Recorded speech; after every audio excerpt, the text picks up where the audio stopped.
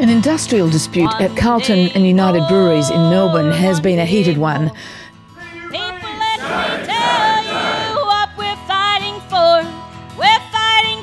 I'm Alan and I've worked here at the brewery for 40 years. I'm Andy and I've been working at the brewery for 15 years. As Saab Miller demand more profit, the workers that make me and my mates in Melbourne are getting absolutely crushed. Hi, I'm Michael. I've been an electrician here for nearly 33 years.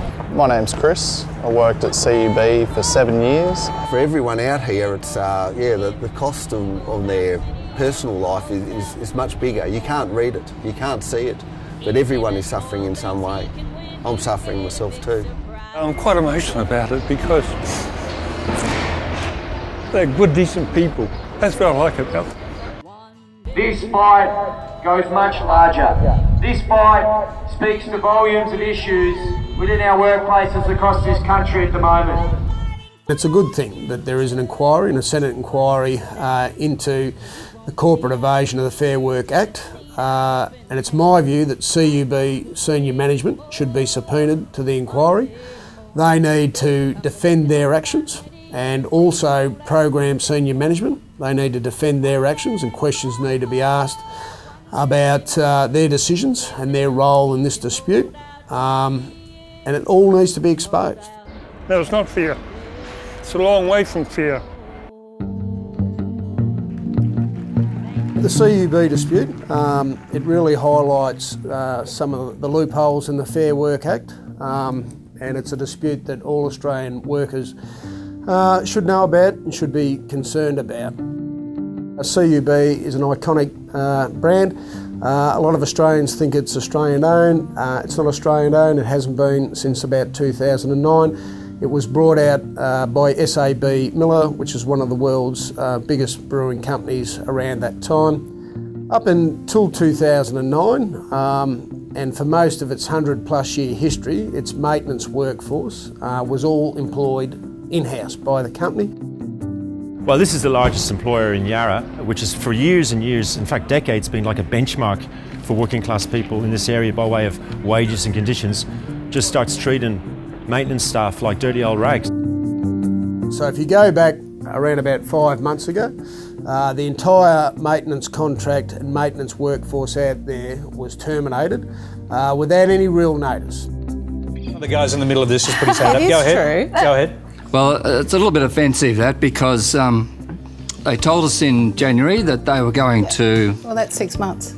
To alter our working arrangement, but they didn't know what they were going to do. And then they signed a contract with the outsourcing company, the new outsourcing company. And then both companies denied that they'd signed that contract when questioned about it. Then they began advertising our jobs when we were still working, and denied it again that they were advertising our jobs. And then they got us to a hotel under false pretences and then sacked us.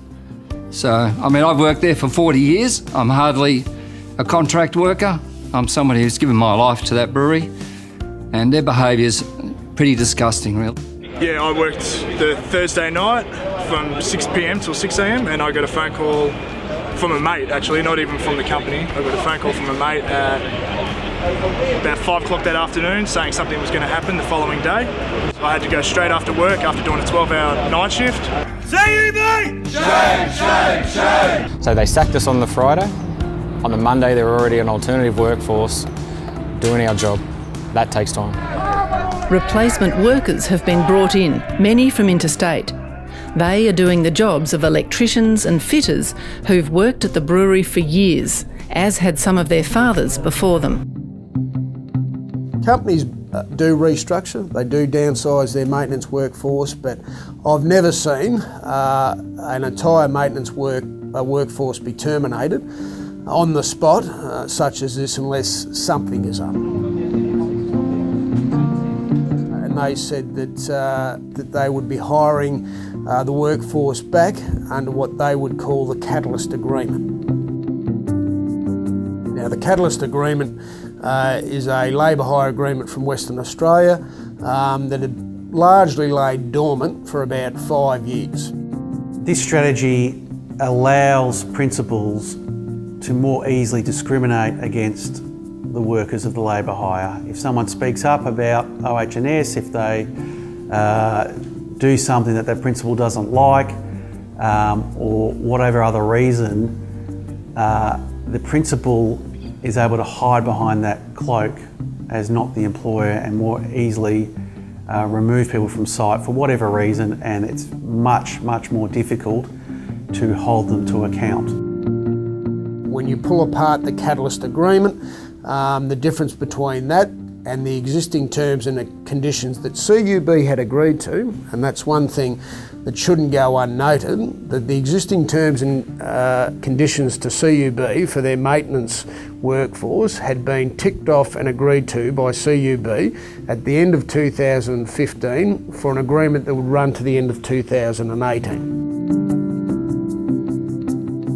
If you compare the difference between the new catalyst agreement and the agreed conditions and wages with the Quant agreement, it is a 65% discount or a 65% reduction in real rate wages and conditions. Which is made up of about 50% of my hourly rate being dropped and another 10% of a shift allowance removed, so that's the 60%. The other 5% is made up in some benefits that you receive, income protection, those sorts of issues, your compulsory super, those sort of things are all sort of weaseled out of these labour hire agreements. Programmed 10 weeks into the dispute, I had the opportunity to address their shareholders meeting over in Perth. From there, we met with senior management. They flew over to Victoria to speak to me. And they took me through their version of events, and it most certainly was not a competitive tender. What Program said is, number one, we want to fix it. CUB said we want an agreement. There was another agreement put forward. It was actually put forward, now it depends on who you talk to, whether it was programmed or CUB asked for it, but it was exactly the same terms and conditions as the catalyst agreement. But it was an agreement that had existing employees, and it had to be voted on, which is a process that takes 3 to 4 weeks. Now programs say, CUB said to them, we can't wait 3 to 4 weeks. We need an agreement that is in place now, that is certified, because we want to bring this dispute on now. We want to bring it on in the middle of winter, when the demand for beer is at its lowest and when they do their shutdown work, and we need an agreement now. That is in effect where they come up with the catalyst agreement, and that was a discussion had between Program Victoria and CUB, and they devised a strategy to use the existing certified catalyst agreement that had laid dormant for 5 years, and that would be the vehicle to initiate the dispute and to cover the maintenance workers if they did come back. Leading up to the dispute, well before any of the 55 maintenance workers were told that the maintenance contract was going to be terminated, CUB, with Programmed, organised alternative workforce to be flown in from New South Wales and Western Australia. If the employees were employed by CUB directly, CUB would have had to consult with them about these drastic changes that it was seeking to bring in and introduce. The fact that it had put in this extra level of labour hire in between CUB and the workers meant that CUB no longer had any obligation to consult. If the workers did have such input, would have maybe avoided this dispute and allowed CUB to improve its maintenance. Is that, fair in the eyes of Australian workers? I would think not. Programmed is itself a very profitable company, got a bit of money, thousands of employees Australia-wide. They weighed up a number of things. If they pulled out of the existing 2-year contract that they put in place with CUB, they had legal advice on what that would cost them. They also weighed up the difference between the non-union agreement, if you like, and the existing terms and conditions. And it came to around a couple of $1 million over that 2-year period. Program tell us that they went back to CUB at about the 10-week mark and said to CUB, this is no good. The dispute's going nowhere. It isn't what you told us it was going to be. It isn't what this company stands for. We are happy to pay the difference between the existing terms and conditions for these 55 workers as opposed to the catalyst agreement. Program tell me that CUB said, no, we want to go on with this dispute. It was at that time where Program had an internal meeting and said, well, we want out of that. In fact, their legal advice was, get out of it. Right? And their legal advice was based on a couple of factors.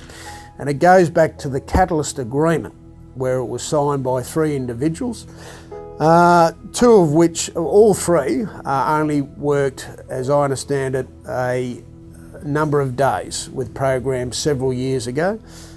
And there's 3 signatures that certify this agreement. And this is agreement, even though that it lay dormant for 5 years, can apply to workers all around Australia, not just the CUB brewery. And these are workers that signed this agreement that were never even knew about CUB or the brewery at the time. They signed it 5 years ago. One young chap that signed it, as I understand it, only worked for Program for 6 days. Employee representative who signed the EA only worked for the company for 6 days and is not too sure what he was asked to sign. No, it's pretty blurry. I didn't really know much about it. I just sort of signed it because they asked me to do it. Do you remember what the agreement was for, the enterprise agreement? No, I've got no idea. The other individual only worked a number of days. He was told the same, just sign it, which he did. And then the third one, which we understand to be the husband of the HR girl, a HR woman that works for a program Skilled in Victoria, now works for the AIG as I understand it. Now there's a real query about whether he was actually employed by a program at the time, but if he did, it was only a number of days. So here you have an agreement certified that can legally lock in not only these 55 maintenance workers at CUB, but hundreds of workers around Australia. Now that enterprise agreement, which under the Fair Work Act is supposed to be negotiated by the relevant workforce, is being imposed on the Melbourne brewery workers. So after we were sacked, neither CUB or Program would engage with us, and this left us no choice but to protest, to hold the rallies and our campaigns to launch the boycott CUB, engage with the public and build this monument that you see here today, which is a reflection of our solidarity, of our determination. On behalf of the guys up there, to thank the entire community for the support they've given this campaign. We had nearly 10,000 non-CUB grand final barbecues that were hosted and that they let us know. We've just been crazy on social media. The support for this campaign has been amazing. Hi everyone, welcome to week 10 here. Things are building up beautifully and we've got a special surprise today. Just wait till you see it.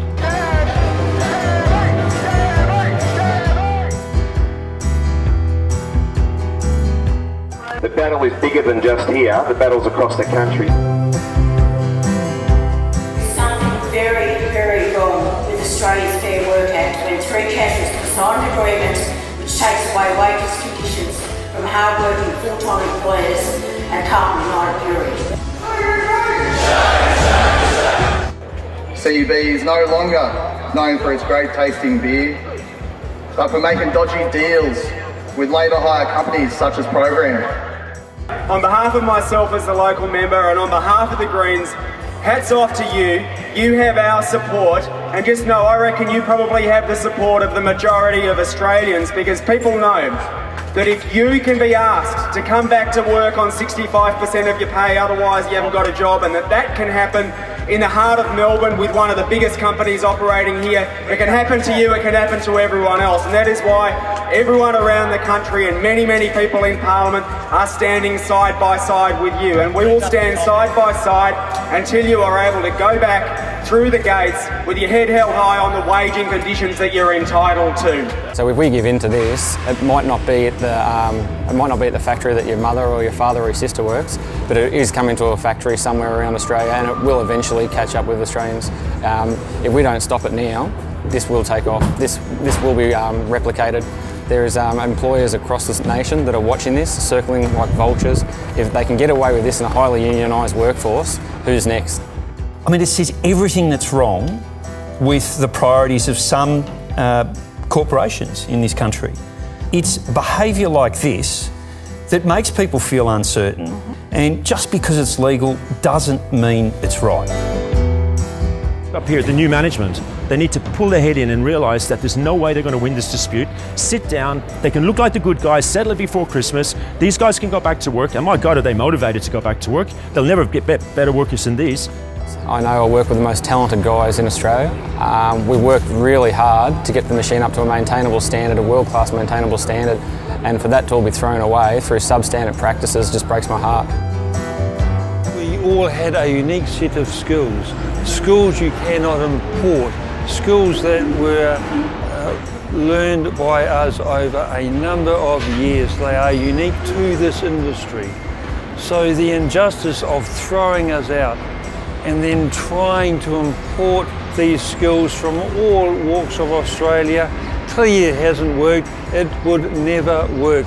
That's the injustice, we all feel that, and I'm deeply passionate about getting our jobs back, resolving this dispute in a fair and equitable manner. A question a lot of people ask us is how can this happen in our country? And I can't really answer that because we've got multinational businesses in Australia, not paying tax in Australia, not supporting the Australian workers, and I honestly cannot answer them why this is allowed to happen in this country. Look, clearly this shows that the Fair Work Act preferences employers. If you have a look at this, these 55 workers have absolutely no rights. They have no rights to bargain, no rights to negotiate, no rights to take industrial action. If any worker wants to support these 55 and take industrial action, then they'll be fined as well. Right? So the pendulum has swung too far in favour of the employers, and there needs to be a balance put back into the Fair Work Act and the workplace laws in this country.